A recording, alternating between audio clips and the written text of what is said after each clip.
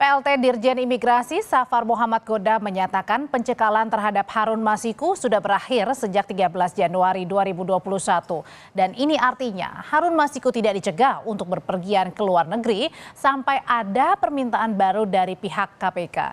Ia menambahkan pihaknya tetap memantau pergerakan Harun Masiku dan turut berkoordinasi dengan KPK. Berakhir 11 Januari, 13 Januari 2021.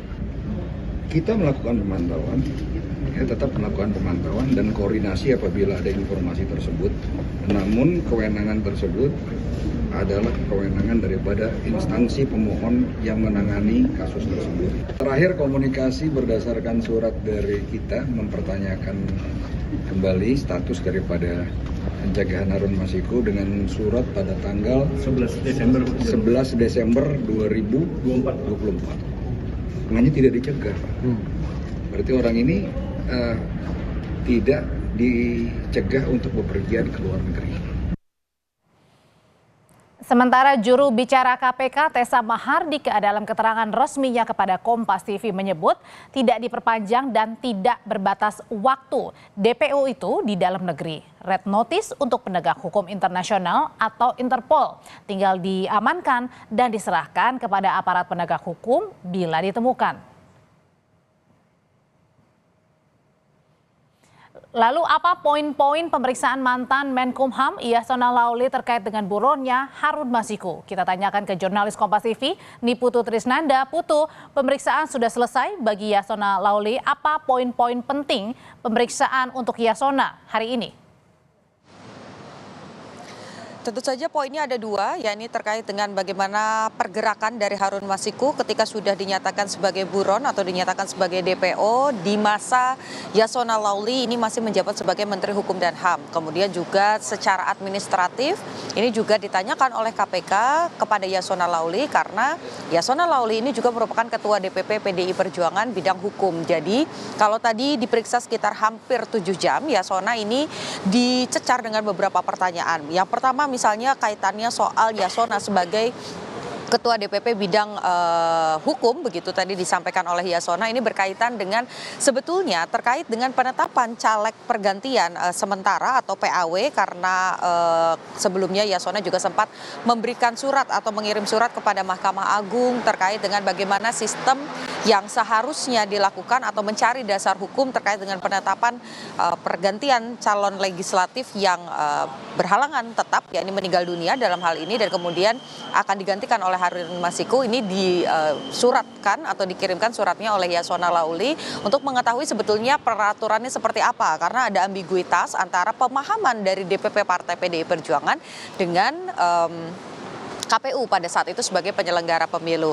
Kemudian yang kedua itu juga suratnya ditandatangani oleh Yasona Lawli dan secara administratif kepartaian ini yang coba ditelusuri oleh pihak KPK. Bukan hanya Yasona saja, sebelumnya secara administratif terkait dengan proses PAW di internal partai ini juga coba ditelusuri oleh KPK dengan memanggil sekjen partai, ya ini Hasto Kristianto. Ini sudah dilakukan beberapa pekan yang lalu untuk kemudian mengetahui menyusun puzzle terkait dengan sistem penetapan PAW di internal partai PDI Perjuangan karena dugaannya adalah kenapa nama Harun Masiku ini menjadi tersangka tidak lain tidak bukan terkait dengan penetapan atau terpidana atas nama Wahyu Setiawan. Ini merupakan mantan komisioner KPU yang juga sudah dipidana karena diduga sebagai penyelenggara negara atau pejabat negara ini menerima janji atau menerima hadiah.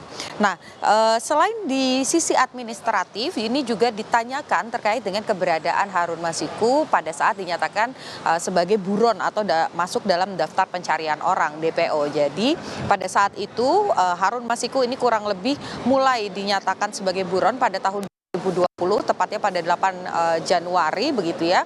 Sempat keluar negeri ke Singapura lalu diketahui sempat kembali lagi ke dalam negeri dan dinyatakan sebagai DPO, dicekal terlebih dahulu, kemudian dinyatakan sebagai DPO, itu masih ada di ranah Yasona Lawli pada saat menjabat sebagai Menteri Hukum dan HAM. Sehingga yang kemudian ditanyakan atau ditelusuri oleh KPK adalah terkait dengan bagaimana sistemnya di Kumham sendiri, apakah kemudian menerima laporan-laporan terkait dengan keberadaan Harun Masiku, baik itu ketika sempat berada di Singapura, kemudian juga sempat ada informasi pada bulan Agustus kalau tidak salah bersalah. Ini juga dinyatakan bahwa Harun Masiku sudah berada di Indonesia dan diketahui keberadaannya 2023 kemarin juga sempat muncul kembali bahwa keberadaan Harun Masiku sudah diketahui tapi tidak juga berhasil ditangkap oleh KPK. Sehingga hal-hal inilah yang kemudian pengetahuan Yasona sebagai Menteri Hukum dan HAM yang coba ditelusuri oleh KPK terkait dengan perlintasan Harun Masiku selama menjadi buron.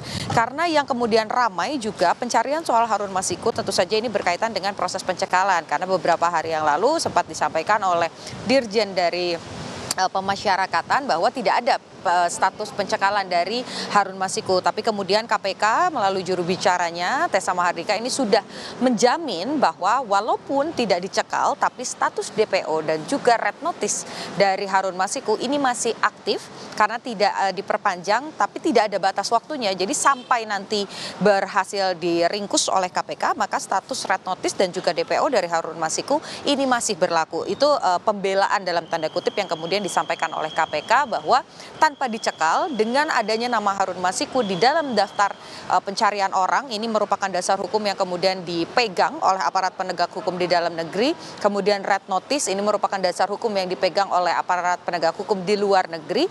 Maka nama Harun Masiku ini pasti tidak bisa meninggalkan Indonesia begitu ataupun jika ditemukan di luar negeri maka dengan red notice aparat penegak hukum di luar negeri ini bisa meringkus Harun Masiku dan menyerahkannya ke aparat penegak hukum di Indonesia karena ini merupakan orang yang dicari oleh Indonesia tentu saja. Jadi kita kurang lebih begitu yang kemudian tadi ditindaklanjuti ini merupakan perpanjangan dari beberapa saksi yang sudah diperiksa oleh KPK. Sudah ada sekjen partai, kemudian ada ketua DPP dalam hal ini bidang hukum Yasona Lauli yang juga sudah memberikan keterangan.